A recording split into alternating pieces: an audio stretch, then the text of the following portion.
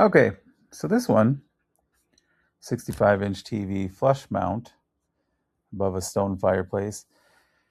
So what I did on this one is they didn't have a conduit already run. And so for one, a flush mount that's a marketing term. Flush means wall, back of TV, zero gap. That's what people would think it means. That's not actually the case in TV mounting. I mean, you've got slight gap on I think this one was uh, like 0.4 or 0.5 inches, which for all intents and purposes is flush. But it looked fantastic. He wanted a flush mounting bracket, and he wanted the TV mounted as close to the soundbar as possible so that, the soundbar cord and soundbar power cord just wouldn't really be shown, and he wouldn't need to do cord concealing on that. Otherwise, you got to actually, yeah, in this case, I would have drilled a hole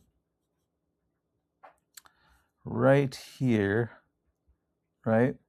And then, or no, right here, and then went behind the wall and then had a hole somewhere in this area, wherever the stud isn't. And then what I ended up doing is I then ran the HDMI cords down and into this cabinet here. And so that's how that one went. I did not do this, just so you know. Can you imagine if I'm mounting a TV here and then I'm just beating up the wall on this side? Clients will be like, what the heck's this guy about? Probably want some sort of discount on that. But no, they asked me, how do I fix that? And I said, these aren't very deep. You can just paint over those.